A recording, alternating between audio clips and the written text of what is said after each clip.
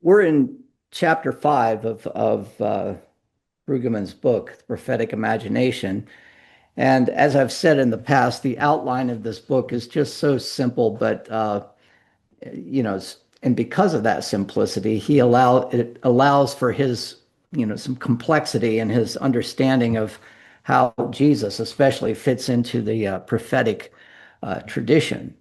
Um, I think I mentioned in this group once that one of my proudest moments was when I heard one of my students say that you just can't understand Jesus unless you understand the prophets. And I thought, yeah, that's good. This was somebody who had read the prophetic imagination in one of our early groups, that group of Kessler scholars that we had long ago at Hastings College. But we have moved into the section of the book where we're going to see Jesus through the paradigm of what we has already been set up. We've said that, of course, that the prophetic imagination involves two sides, and that is prophetic criticizing as well as energizing, bringing to task the criticism of what we've been calling the royal consciousness, but not just leaving it at that, but in the criticism, also giving people the opportunity to grieve. We saw that with Jeremiah. Um, the royal consciousness, creates a kind of numbness that makes grieving seem, superfluous, right? And what the prophet is able to do in the prophet's criticism is to allow people to recognize the situation and to grieve that situation. But, not all for naught, I should say, because there is an alternative consciousness that can be engendered in this. And that's the other part of prophetic imagination. And that is uh, using the language of amazement to offer uh, a new way of being in the world. And so we're seeing how Jesus does this and fits so nicely into the whole prophetic tradition. This idea of creating an alternative consciousness by criticizing and dismantling the royal consciousness that denies a public expression of grief. And so Brueggemann wants to make the point that he has been making throughout the book is that, the prophet's role is to be in solidarity with the marginalized. It's, this was the original idea of the alternative community. It was created by people who were marginalized. They were the marginalized of Egypt who were able to break away from that, tragic situation and to understand themselves in a new way, a way that involved, if I can use the word anachronistically, kind of egalitarianism under the covenant law that was given at Mount Sinai. Obviously, when King David and Solomon come along, a new royal consciousness, pretty much eclipses that. And so in all of this, in the prophet's role, one thing that does come to the fore that we haven't talked about yet, and this is going to be the important aspect of chapter 5, is the role that compassion plays.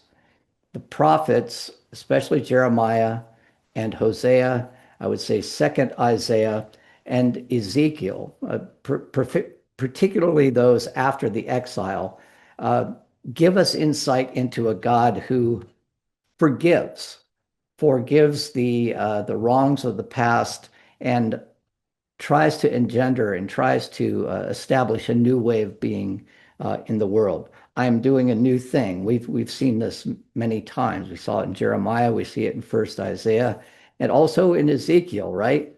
Ezekiel has this wonderful idea that they're going to go back to Jerusalem and rebuild the temple and everything. But all of this is a result of God's forgiveness. And so when we look at Jesus, we're going to see him following that trajectory, following that thematic role of the prophets. Um, so this is where we were last time.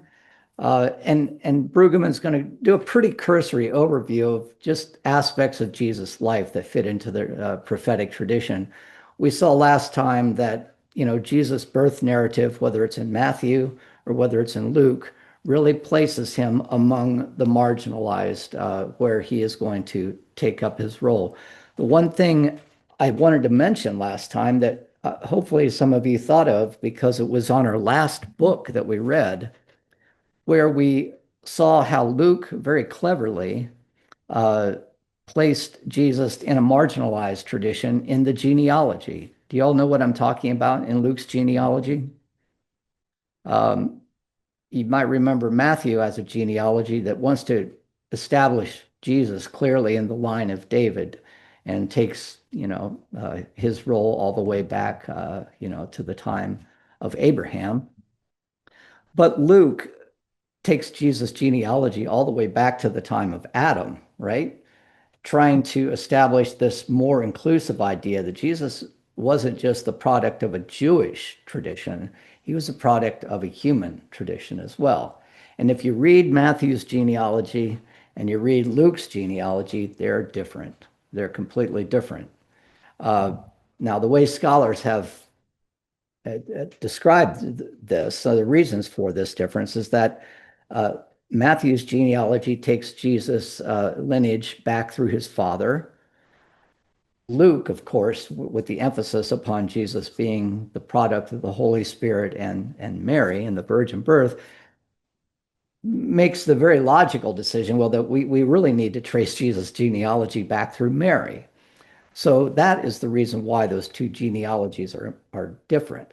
But the one thing that's very, very easy to overlook is something that John Dominic Crossan spent some time with on our last, I can't remember what, but but something that I really appreciated at the time is the presence of the names of four women in the genealogy of Luke. You had Tamar, who was, in the early patriarchal tradition, who was seen as the, you know, uh, what's the right word for it? Tamar is, well, she was viewed as a prostitute, but Judah slept with her, of course, right? And then from that union came, uh, another part of that lineage. And then Rahab, the prostitute in Joshua, who left out the red ribbon. Then Bathsheba, we know, was the mother of King Solomon. And then Ruth, who married Boaz, who was David's, I can't remember his grandfather or great grandfather now.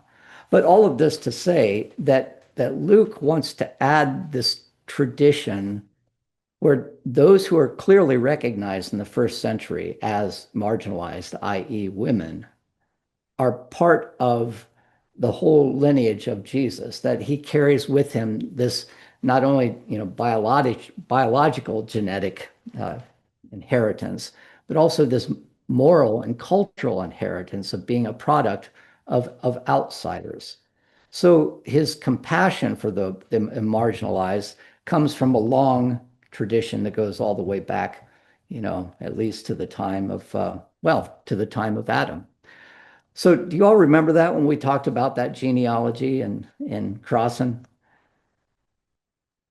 I wanted to bring that up again at Christmas in one of the Sunday school classes, but I've forgotten completely about it. So Well, anyway, that's where we were last time. Dan, Yeah, go ahead, Danny. reminds me of the the comment, can anything good come out of Nazareth? Right, And exactly. in northern Galilee, I mean, Yeah, talk about marginal. right.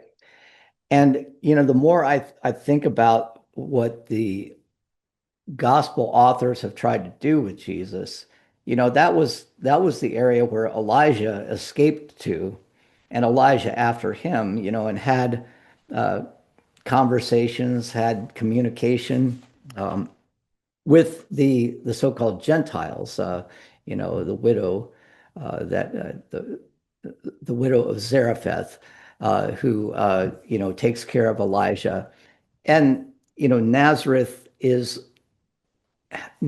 was looked at in a kind of disparaging way because it was a place where frankly, I mean, Gentiles and Jews lived very clearly together. There was a construction, I'm trying to remember the name, oh, Sepphoris. There was a project that was being completed precisely at the time of Jesus, in that 30 years that he was living, where those who were building the city of Sepphoris, lived very close to Nazareth. And so there was that people looking down their nose on that at Nazareth as a place where intermingling, good Jews weren't really living. So there's that aspect of the tradition as well. We don't often emphasize that, but it is the outsider's perspective. It is the perspective that Brueggemann certainly wants to emphasize. Any any other thoughts? Well, as I recall, Dan, Crossan also points out that of those four women, none of them are Jewish. Oh, correct. Yes, I'm sorry. I meant to say that as well. Um, That fits in with his, gospel for the Gentiles, that he doesn't take it back to Abraham. He takes it back to Adam, who Adam. was, neither Jew nor Gentile, Yeah, as far as we know. And so right. that's an important part of it, but it contrasts to Moses in that Moses is consistent for Brueggemann, I think, because what he does is basically takes out the old and puts in the new. And he makes Jesus in Matthew. The whole message of that birth and infancy narrative is that Jesus is the new Moses. New Moses, And right. so that relates to Brueggemann's conception of Moses as the prophet Yeah, and the right. content of his prophecy. Right, right. Yeah, and a threat to the royal consciousness, a threat to the powers that be. Um, and then last time we got to this point, thank you, Mac, for that. Yeah, that was a important oversight, wasn't it? These weren't Jewish people. Ruth especially, right? That's very clear, and that's why the Book of Ruth was written, to try to emphasize that aspect of David's lineage as well. Well, last time we got to the point where we're talking about Jesus' mission statement, so to speak, is when he went to the temple and he read from the scroll of Isaiah. The Spirit of God is upon me. He has sent me to proclaim release to the captives, the giving of sight to the blind, and the acceptable year of the Lord. And he left out one little part of that story, and that is, and the vengeance of our God, the vengeance of God against, those who disobey or those who are not part of the covenant. Jesus leaves that out, really stops mid-sentence. So, and, the result, and then Jesus goes on, by the way, I don't know if you remember this, but he goes on to tell the story about Elijah on the run from King Ahab and Queen Jezebel. And, there was not a righteous person in all of Israel, the northern kingdom of Israel at the time, who would take him in. But eventually it was this widow of Zarephath, who gave to him the last of her, corn and oil, so to speak, uh, her grain and oil, and therefore was able to live for quite a long time because miraculously it was, multiplied. Uh, but this is, in a very, very subtle way, placing Jesus in that prophetic tradition as well. I wanted to mention that because that's what got the people of Nazareth so upset when he was saying that, you know, these Gentiles, like the widow, are good people and are loved by God and should be part of the covenant community. And that's what got them upset about wanting to throw him off the cliff. But as we also saw from Crossan, we're going to see recollections of Elijah and Elisha coming, to the fore in the narrative of Jesus' ministry as well. So all of this, Jesus is called to dismantle the royal consciousness, that numbing royal consciousness, which frankly we're in the midst of right now. And I guess in a way, we're always in the midst of, because the engines of capitalism and the engines of greed really work on this idea of separation of the haves and the have-nots, the oppression of the have-nots to the benefit of those who are in control, if I can use Marx's term, control in the means of production. So in Jesus' lifetime, this dismantling of the royal consciousness really has a double aspect to it. If we look at Jesus as living within two concentric circles, the first circle is that which is closest to, and that is the royal consciousness that has been created by the upper classes of the Jerusalem elite. These would be the scribes, some of the Pharisees, and the Sadducees, right? They were the ones who had capitulated in many ways to the Romans and were, complicit with the Romans because they were getting, some kickbacks on this. We saw this a little bit in the story of Herod when we read that book. So that's one part of the royal consciousness, the religious strong stranglehold, you might say, on the Jews, on the people of Judea at that time. But then you had the other royal consciousness, which was far greater, and that was that of the Romans too. There's so much about living within the infrastructure established by Rome that required this numbing that allowed for the oppression of the underclass. Jesus wants to undermine both of those. And so Brueggemann goes through this list of ways that he does it. And the first of all, he's going to deal with that first concentric circle, is this idea of forgiveness. And Jesus, in forgiving it, it's really important to note that most of the times when Jesus is forgiving people of their sins, it follows on a healing that has taken place. Go now, your sins have been forgiven. He heals a blind man, he heals a lame person, and concludes with that resolution. Look, your sins have been forgiven. And it's essential really to, because we can look at forgiveness as kind of this emotional, abstract idea like, well, we're no longer going to think about the wrong that you've done to me. But forgiveness in Jesus' day, and in keeping with the Jewish logic, really required the touching of somebody else, a leper, a blind person, anybody whose station in life was the result, according to the Jewish logic, of either their sin or their parents' sin. You might remember in one of the stories that the apostles are talking to Jesus, and they say, this, I can't remember who the referent is here, but this man who is lame, is it a result of his sin, or is it a result of his father's sin? Because that was the Jewish understanding. Well, you obviously have done something. God is punishing you.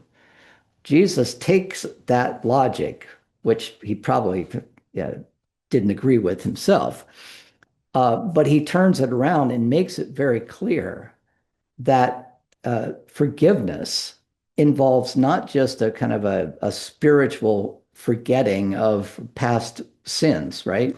But it also involves this physical aspect. So the logic is, if you were, if your sins resulted in your lameness, for example, or your blindness, then I'm going to heal of your blindness, and therefore logically, I've also healed you of your sin. The sin has been forgiven. The debt has been paid. So this was a very important part of Jesus' ministry, the physical aspect of forgiveness as well. I wanted to mention that because there are a lot of books out there now that talk about, the importance of forgiveness and healing. And it's in Jesus, at least in the life of Jesus, it involves something that crossed boundaries, right? Touching and being a part of people who were on the margins, people who, according to the Jewish tradition, were unclean. In order for that forgiveness even to be initiated, Jesus had to break the law, right? Many people, lepers, who are being unclean. So, and it also challenges the religious sanctions of the day. And I love this quote. And a lot of it has to do, the reason I love it is because I've been reading this scholar recently. If you know of Hannah Arendt, there's so much about what we're experiencing right now that is reflected in the work of Hannah Arendt. She was a student of Martin Heidegger and went to Heidelberg and student of Karl Jaspers, but Jewish, right? And she was forced to escape from the Jews and was interned at one point, but then was able to escape, came to the United States and wrote a number of treatises on politics, not so much on philosophy, but on political philosophy. And part of that has to do with just the human condition and how the numbness that we're talking about here is for Hannah Arendt, a numbness that allows people or encourages people not to think, because that is what makes us human, this ability to assess, the facts of a situation. And if the infrastructure is such that we don't have to deal with facts, right, then those who do not think can be very easily manipulated into this new reality. But anyway, let me read. I'm on page 85. Hannah Arendt had discerned that this was Jesus' most endangering action, forgiveness. Because if a society does not have an apparatus for forgiveness, then its members are fated to live forever with the consequences of their violation. So Jesus allows for this apparatus, forgiveness is possible. God can forgive. And if God forgives, then the powers that be that are, that are lording it over you should also forgive. Thus, the refusal to forgive sin or the management of the machinery of forgiveness amounts to an enormous social control. And Arendt would say, probably along with Brueggemann, that this social control was in the hands of the religious leaders at the time, the Pharisees. And there is great power that goes with that. If you don't think so, look at some of the televangelists these days who convince people of the imminent end of the world and their utter sinfulness. That's power, right? And the message of forgiveness is oftentimes absent from some of those sermons. So, any comments about that? Dan, Yeah, can you go back to the previous slide? yeah,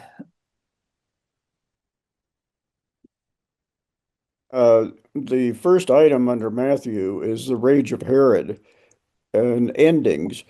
And if you could help me on this, he says on page 82, Walter Brueggemann does, that Herod symbolized the last gasp of the old order. And I'm not sure he uses that term old order in royal consciousness, which is a very broad uh, title or nomenclature. yeah. What do you think he's referring to? Well, I don't think he's referring to something historically that happened. You know, uh, he's uh, he's referring to the. Remember, Matthew's takes a lot of what's the word I'm looking for? Uh, Leeway. He takes a lot of oh, Liberty? I can't. I'm sorry. Liberty? Liberty. How ironic that I can't remember the word liberty these days. Yeah, he takes a lot of liberty with this story, you know, and there are very clear symbolic characters in the story. The most symbolic, of course, is Jesus. Jesus, who, because of the madness and the anger of Herod, who feels, according to this narrative, that the old order is falling apart. In other words, a king has been prophesied, and he does, he's threatened by that, right? And so he asked the wise men, where is this king going to be born and everything? But just as Moses was able to escape from, the slaughter of the Egyptian innocents, so Jesus is able to escape as well. Joseph and Mary take him down into Egypt and eventually return. But Brueggemann is adding to that story his own uh, his own interpretation that fits into his paradigm, right?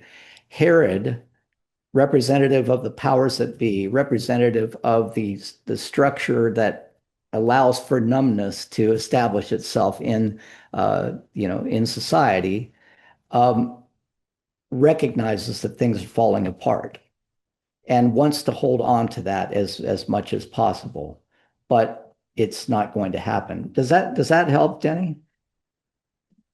I'm just thinking that the royal consciousness that really mattered for the Israelites was Rome. And that structure did not really collapse until what, 476 or so? Yeah, Yeah, yeah. Walter Brueggemann, I think is if that's collapsed and it took 400 years to mature, whoa. Mhm. Yeah, Not sure if right. I'm And missing. that's that double royal consciousness that I referred to. But I think Jesus, the whole narrative of Jesus takes place within the religious structure of Judaism that is influenced by the Roman infrastructure as well. But the challenge really is first to Judaism because Jesus is going to use all of the symbolism. Remember what prophets do, they draw upon the narratives of their culture. There's nothing about the Roman culture that was going to serve the purposes as well as Jesus drawing on some of the images um, from the Old Testament, especially from the prophetic literature of Jeremiah, Second Isaiah, as we're going to see, but also Hosea. You might notice that Brueggemann really uses Hosea and Jeremiah to great effect when it comes to naming grief and to feeling and expressing grief that breaks through the numbness, because Hosea was able to do that, and as we know, Jeremiah was able to do that as well. Um, but there's that's the paradigm within which Jesus is working. Now, Luke wants to emphasize that Jesus is also talking about the Gentile communities who are also under this greater yoke of oppression. I think if I were to respond to what you're saying, and this is all very conjectural, right, is that I think Jesus is trying to, well, we know that, and we'll see this in the next chapter, that Jesus is trying to bring to fruition the image of that we find in Isaiah, first Isaiah and second Isaiah, where all of the nations of the world will come to Jerusalem and they will know the covenant. It will be written on their hearts. That begins with the Jews, right? With Zion.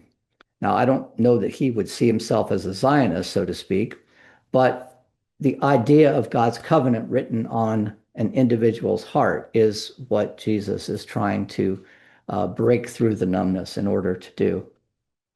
Um, any other thoughts about that? Yeah, I would just add one thing, if I could, Dan, and that is we don't want to lose track of what materials we're working with here, which is Yeah. the Gospels. And even though, we've mentioned that Luke is opening to, a wider church, all of the gospel writers were Jewish, and they did not foresee a non-Jewish Christianity. That was not on their radar screen. And so that makes a difference with scriptural material that you're dealing with, I think. Yeah. Yeah. That is true. Now Luke, of course, was a Gentile, but most of the core of his gospel is written by Mark, And it's interesting that the material that he adds is very, very Right. focused on the inclusion of the Gentiles, which he got from Paul, of course. Um, you're right. I mean, I wonder. It's so difficult to know, and this is what the whole Jesus seminar was about. It's so difficult to know what Jesus had in mind apart from our natural interpretation that sees Jesus through the lens of Paul, right?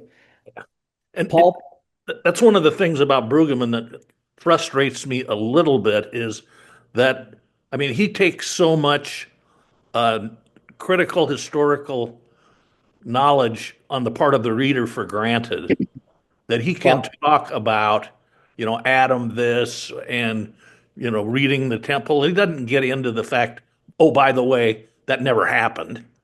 yeah, He's not concerned with those sorts of issues. He's talking right. about a theological development. And sometimes I get a little frustrated that he doesn't, point some of this out, but I guess he really couldn't. Well, remember this book was written in 1978. This is just at the time that the Jesus Seminar is starting to come into the general consciousness of people. Um, and he probably felt like he didn't either need to or want to do that because that would take him down, you know, paths that, probably he should not go down because, it would require a lot of explanation of the two source hypothesis and things along those lines. Uh, but you're right. And that's a good insight, Mac. Reading this book 50 years later, right? Almost 50 years later, really shows us how much further along we've come in our understanding of Jesus in relation to the powers that be, so to speak, and what we can, I don't want to say the word trust, but what we can acknowledge in the Gospels that is uh, part of the context, like Jesus' own words, right? And how much of that has been uh, elaborated on. I didn't want to say fabricated because that gets you in trouble, but how much of that is elaborated through the intent and the mission and the vision of each gospel writer, Matthew and Luke especially. And boy, it just goes over the top when you get to John, right? Uh, we can't see much of the historical Jesus in that.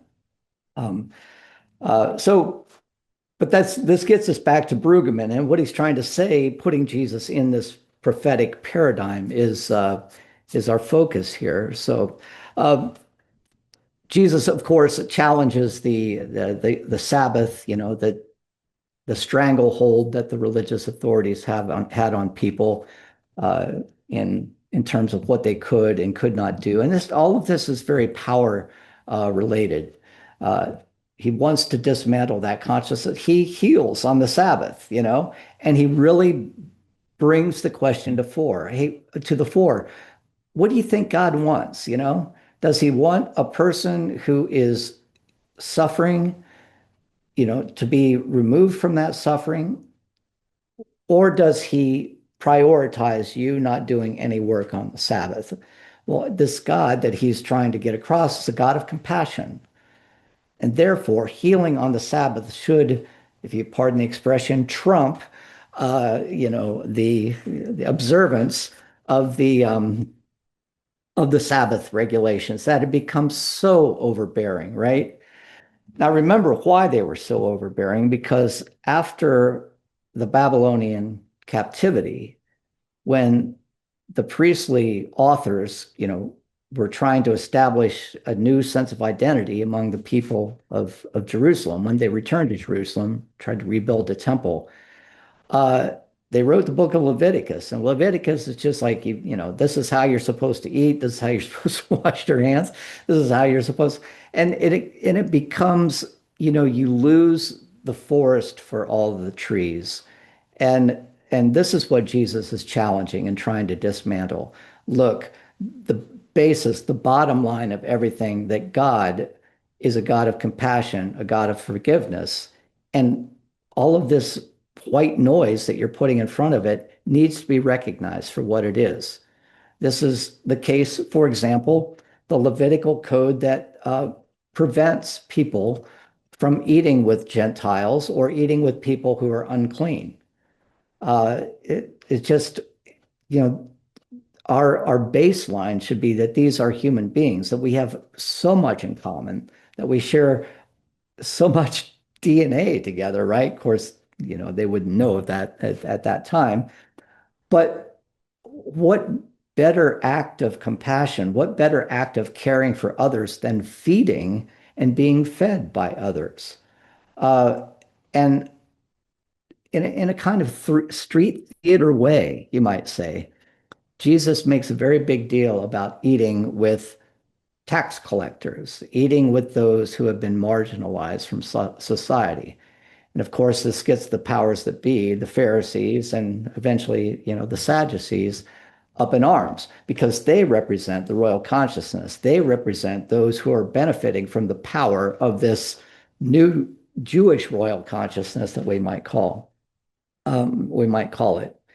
Um, and this is the place, I mentioned about healing and forgiveness, but Brueggemann talks about Jesus prophetically healing and exorcising demons, for example. And this is to challenge the exclusion that we were just talking about, that Levitical exclusion, someone who, someone who is born with deformed limbs could not go into the temple precincts, right? Somebody who, a woman who was menstruating could not, be in certain social contexts. They had to be sequestered in certain ways. Uh, and and Jesus wants to emphasize that, the exclusion of these people is contrary to the will of God, right? Read that Isaiah passage. In the days to come, all of the nations, everybody will come to Jerusalem and they will say, let us go to the mountain of the Lord to hear the law. And the foundation of the law is to love one another and to love God with all your heart and mind. It can't get any simpler than that. This is the place I want to remind you also that those healing and exorcism, but mostly the healing stories, as Crossan pointed out in one of our previous books, really follow the path or really follow the model of Elijah and Elisha. And this is an example of the kind of prophetic uh, energizing that involves, drawing on images of the past. Now, when people saw Jesus doing that, did they say, "Oh, this is just like Elijah," or whoever was writing this at this time was trying to do what Brueggemann had talked about before. If you're going to break people of their numbness, draw upon the metaphors, the archetypal images of their past, right? Of their tradition, of their whole identity. And this is what happens with Jesus' healing stories. The widow at Zarephath becomes the widow at Nain, for example, or Elijah who heals the widow's son, and that becomes the widow at Nain. The healing of oh, now I can't remember his name, but the Syrian general who goes into the Jordan River and is healed of his leprosy. Uh, People see and hear these stories about Jesus, and whether they can consciously acknowledge it or not, they recognize how it resonates with these past Old Testament stories. And my goodness, as you all know, I mean, I've really been doing a deeper study into the Old Testament or the Hebrew Bible. And it is, at least for me at this point in my life, it is so enriching because I can very clearly make these connections that that was kept from making before. I'll give you an example of one in our next slide here. Um, but women, Jesus dismantles the royal consciousness through his acceptance of women into his entourage, into his group of disciples, right? Disciples are those who learn the discipline of a teacher. Very clearly, people like Mary Magdalene and Joanna, and others. We might include Jesus' mother in that. We don't know. Uh, but they were part of those being taught. They were learning from Jesus. This is completely defies that separation that once again goes back to the Levitical idea of, maintaining control of society. And that's what God wants from us, right? Um, the idea of taxes and debt, this is where, the outside concentric circle comes to the fore, and really may be the reason that the Jews, the Jewish powers that be, were able to make the argument that Jesus was a threat to the Roman Empire, because he very cleverly answers a question about taxation. You might remember that, and this is a story that appears 3 times in the Gospels, all from the same source. But it's important enough that it's included in Matthew, Mark, and Luke, the synoptic gospels. Remind ourselves, of course, that Jesus' mission statement in Luke was to proclaim the acceptable year of the Lord. That was the year of Jubilee, the Sabbath of Sabbaths, the 50th year when all debts were released and all slaves were set free, right? This was, as we have read in other contexts, the way of maintaining a more egalitarian society in which the rich don't continue to get richer and the poor don't continue to get poorer. So Jesus proclaiming the year of Jubilee uh, would also proclaim this forgiveness of debt, not just forgiveness of sins, but forgiveness of debt, which keeps people in chattel servitude. The people who were following Jesus, most likely, when they heard the Lord's Prayer and the prayer that we pray as Presbyterians, and forgive us our debts as we forgive our debtors, they probably heard very clearly, forgive me the money that I owe, or forgive me the labor that I owe, as I would do so for others as well. And this goes back to that time in the temple when scribes, try to butter up Jesus, and we know you're a great teacher and everything, but tell us, should a good Jewish boy pay taxes to Caesar? And Jesus says, well, show me a denarius, or I think that was the coin, and whose picture is on this coin? Well, the fact that the scribe actually had that image in his pocket was, demonstrated that he was already not as pure, because Jews didn't want images of the emperor on their money. But he said, whose image is that on the coin? Said, it's Caesar's image. And Jesus very cleverly says, give to Caesar what's Caesar's and give to God what is God. And the Jews who are asking the question or trying to corner him are amazed, because he does not answer the question the way that they thought he would. The logic that Jesus is using is, if the earth is the Lord and the fullness thereof, then what is left over to give to the Lord, or to give to Caesar, right? Caesar doesn't get anything, because everything should be given to God. He was very, very subtly saying we should not be paying our taxes. the taxes were the way that the separation of the economic separation was maintained. Um, so always important to remember as we approach our April 15. Of course, I'm still going to pay my taxes here because of you know the penalties that accrue if I do not.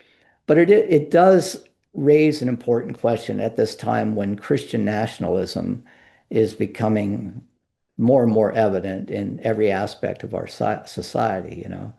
Are we going to give over what is due to God for the purposes of raising up a secular, a secular government and baptizing it with our Christianity? And hopefully, no. But there are many who are doing that, as evidenced by the fact that in Minnesota, one of the churches there has a pastor who is actually an ICE agent or works for Immigration and Customs Authority or enforcement. That's where the protest took place, where Don Lemon was arrested.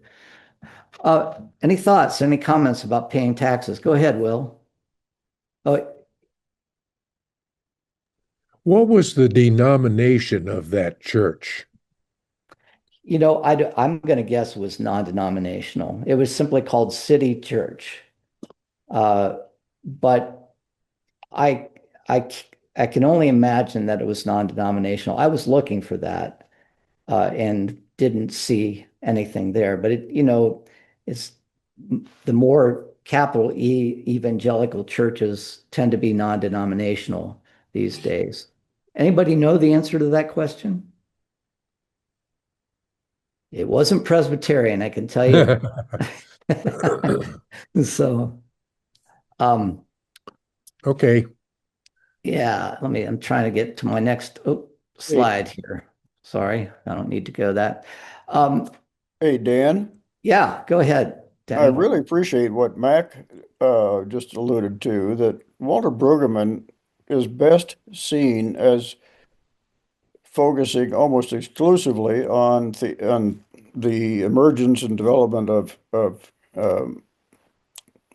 Christianity and theology, Christian theology, as opposed to being concerned about historical fact, about something that concerns sociologists and anthropologists, and that is the reality of specialized labor Yeah, yeah, since the development of agriculture has developed over and over and over into, a royal consciousness hmm that has its own needs for survival.